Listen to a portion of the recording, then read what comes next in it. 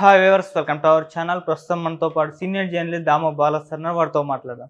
నమస్కారం సార్. నమస్తే. సార్, జగన్ గారు స్టార్టింగ్లో పెన్షన్ల పంపిణీ కోసం పెనుమాక విలేజ్ ఎంచుకొని అక్కడి నుంచే స్టార్ట్ చేశారు సార్. అయితే ఇప్పుడు చంద్రబాబు నాయుడు గారు కూడా పెనుమాక విలేజ్ నుంచే పెన్షన్ల పంపిణీ ప్రారంభిస్తున్నారు. అయితే ఇది చంద్రబాబు నాయుడు గారికి డేంజర్ సైన్ అని చెప్పేసి ప్రచారం జరుగుతుంది. ఎందుకంటే ఆయన జగన్ గారు అక్కడి నుంచే ప్రారంభించారు, మొత్తం అధికారం కోల్పోయారు. ఇప్పుడు చంద్రబాబు నాయుడు గారి పరిస్థితి కూడా అదే అవుతుందని చెప్పేసి ఇప్పటి నుంచే జోష్యం చెప్తున్నారు. అసలు ఈ పెనుమాక విలేజ్ నుంచి ఎందుకు వీళ్ళు ప్రారంభిస్తున్నారు, దీని గురించి ఏం చెప్తారు సార్?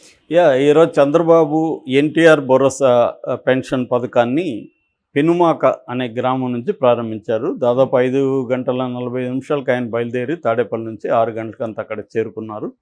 సో ఆయన ఈరోజు ఒక గిరిజనుడికి పెన్షన్ అందజేశారు స్వయంగా. సో దాంతో ఆయన ప్రారంభించారు. అట్లాగే మంగళగిరిలో లోకేష్ దీన్ని ప్రారంభించారు. పిఠాపురంలో పవన్ కళ్యాణ్ ప్రారంభించారు. ఇలాగ మంత్రులందరూ ఇన్వాల్వ్ అయ్యారు. ఎందుకంటే ఇది ప్రెస్టీజియస్గా తీసుకున్నారు వాళ్ళు. జగన్ 250 అలా పెంచుకుంటూ వస్తే చంద్రబాబు ఏకదమ్ 1000 రూపాయలు చేశాడు. అది కూడా ఆయన చెప్పిన రోజు నుంచి అమలవుతుందని చెప్పాడు. ఈ అరియర్స్ కూడా ఇస్తానని చెప్పారు. అలాగే 3 నెలలకు సంబంధించి 3000 కలిపి 4000 7000 పెన్షన్ అనేది వృద్ధులకి 65,18,496 మందికి ఈ పెన్షన్ అందుతుంది. అయితే ఇప్పుడు ఒక వార్త, విచిత్రమైన వార్త ఒకటి వైరల్ అవుతుంది. అదేంటంటే చంద్రబాబుకి డేంజరు, ఈయన చేసిన పని కరెక్ట్ కాదు, వద్దంటే కూడా వినలేదు, పెనుమాకకి వెళ్ళొద్దండి, పెనుమాకలో ప్రారంభించొద్దంటే కూడా వినలేదు. ఎందుకంటే జగన్ గతంలో అమ్మఒడి పథకాన్ని పెనుమాక నుంచే ప్రారంభించాడు. సో జగన్ ఏమయ్యాడో అందరికీ తెలుసు. సో అందువల్ల ఇప్పుడు చంద్రబాబు కూడా ఇదే పని చేశాడు. పెనుమాక తప్ప వేరే ఏం ఊర్లు లేవా, ఎందుకు అక్కడికి వెళ్ళాడు ఈయన అన్న ఒక ఆందోళన తెలుగుదేశంలో కూడా ఉంది. ఎందుకంటే మనకి రాజకీయాల్లో సెంటిమెంట్లు చాలా ఎక్కువ ఉంటాయి. ముఖ్యంగా చంద్రబాబు కూడా ఈ సెంటిమెంట్లు ఉన్నాయి. ఎక్కడ ప్రారంభించాలి, ముహూర్తాలు, ఇవన్నీ అందరికీ ఉంటాయి రాజకీయ నాయకులకి. ఇవి లేని రాజకీయ నాయకులు చాలా తక్కువ మంది ఉంటారు. ఎవరో కమ్యూనిస్ట్ పార్టీలు తప్ప అన్ని పార్టీల రాజకీయ నాయకులకి ముహూర్తాలు చూసుకోవడం, మన ప్లేస్ చూసుకోవడం, ఇవన్నీ ప్లేస్ అండ్ టైం, ఈ 2 ఇంపార్టెంట్. అలాగా ఈ పెనుమాకలో జగన్ అమ్మఒడి ప్రారంభించి అతను దారుణంగా ఓడిపోయాడు. మళ్ళీ చంద్రబాబు అదే తప్పు చేస్తున్నాడు అని తెలుగుదేశంలో ఉంది. దీన్ని వైసీపీ వాళ్ళు కూడా హైలైట్ చేస్తూ ఉన్నారు. సో అయితే ఈ పెనుమాక ఎందుకు ఎంచుకున్నారు చంద్రబాబు అన్నప్పుడు కారణం, ఆయనకి పెనుమాక అంటే ముహూర్తం పెట్టిన వాళ్ళు పెనుమాక మంచిదని చెప్పారని అంటారు. పెనుమాకి రెండోది ఏంటంటే పెనుమాక దగ్గరగా ఉంటుంది. తాడేపల్లి మండలంలో తాడేపల్లికి 6 కిలోమీటర్ల దూరం, మంగళగిరికి 6 కిలోమీటర్ల దూరంలో ఉంటుంది. దాదాపు ఇది 2011 సెన్సస్. ఎందుకంటే 2011 తర్వాత బీజేపీ ఇప్పటివరకు సెన్సస్ తీయట్లేదు. అందుకని మనకు 2011 సెన్సస్సే జనాభా లెక్కలే ఉంది. దాని ప్రకారం 2154 ఇళ్ళు ఉన్నాయి. 7,918 మంది ఉన్నారు. అంటే ఇప్పటికి ఒక 10,000 అయితే దాటుంటారు ఈజీగా.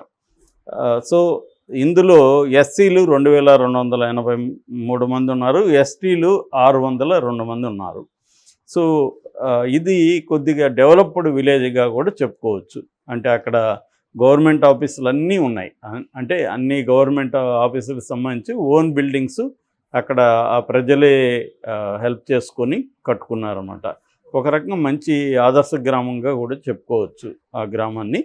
అయితే దీనికి పెనుమాక అని పేరు రావడం వెనక కూడా ఒక చిన్న స్టోరీ ఉంది. అదేంటంటే అక్కడ ఆంజనేయ స్వామి గుడి ఉంది. ఆ గుడి దగ్గర పెనుమ్రాను అనేవాళ్ళు, పెద్ద మర్రి చెట్టు ఉండేది. దాన్ని పెనుమ్రాను అని పిలిచేవాళ్ళు ఎప్పుడో పూర్వకాలంలో. ఆ పెనుమ్రాను కాస్త పెనుమాక అనేది జనాల నోళ్ళల్లో మారిపోయి పెనుమాక అయిందనేది అంటారనమాట.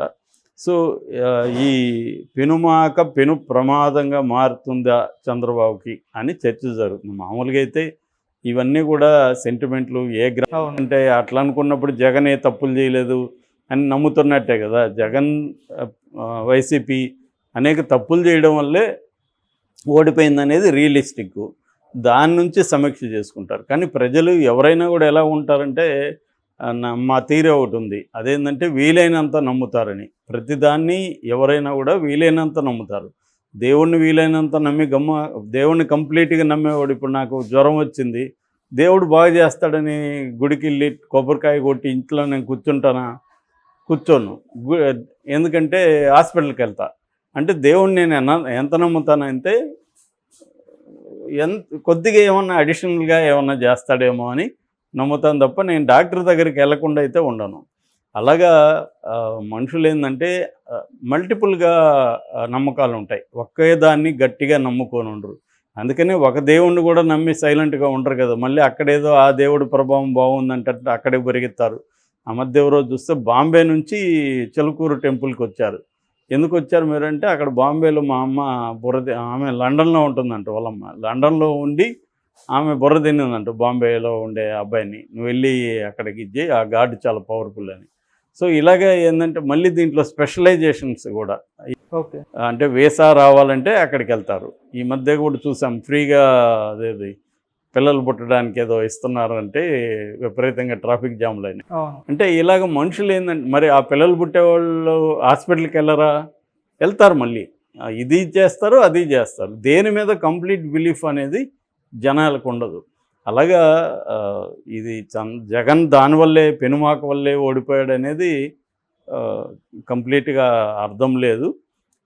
జగన్ దగ్గర ఉంది, అదేదో రోడ్డు సౌకర్యంగా ఉంది, విలేజ్ మంచిగా ఉంది, అక్కడ గిరిజనులు కూడా ఉన్నారు, ఎస్సీలు ఉన్నారు, అక్కడ ప్రారంభిద్దామని అనుకొని ఉంటారు. అంటే లాజిస్టికల్ రీజన్స్, ఫిజికల్గా జియోగ్రఫికల్ రీజన్స్ని బట్టి ఆ విలేజ్ని ఎంచుకున్నారు తప్ప ఇంకోటి కాదు.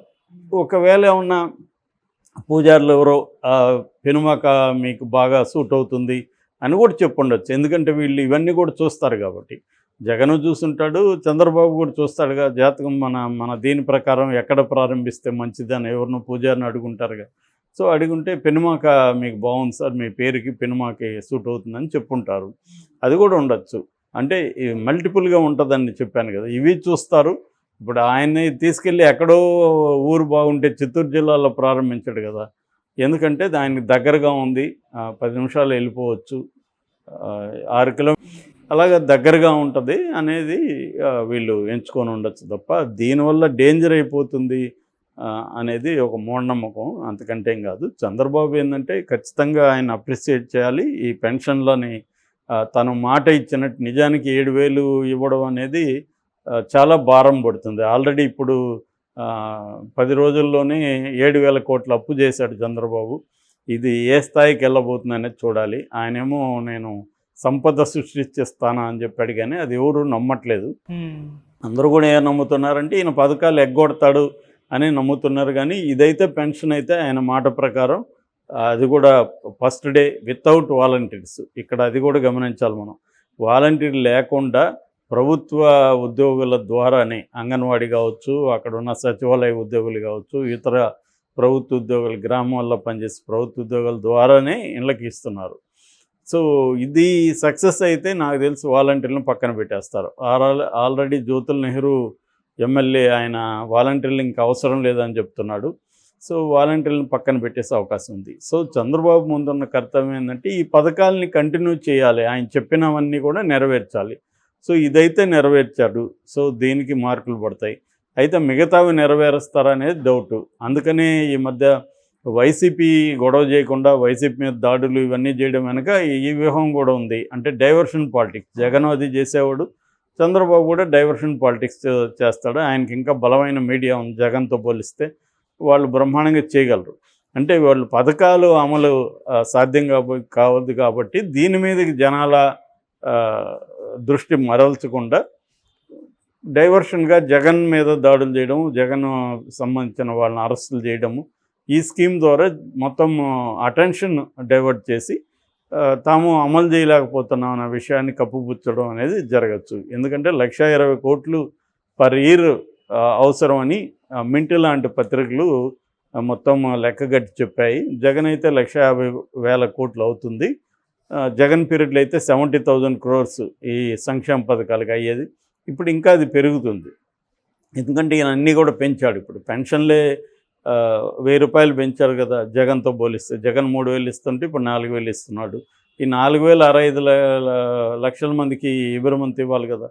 సో కాబట్టి ఈ పథకాలు అమలు చేసే దాన్ని బట్టి ఆయనకి ప్రమాదమా కాదా ఆయన పరిపాలన బట్టి ఆయనకు ప్రమాదం కాదని డిసైడ్ అవుతుంది తప్ప పెనుమాక వల్ల ఆయనకు ప్రమాదం అనేది అబద్ధం. Okay sir, thank you so much sir.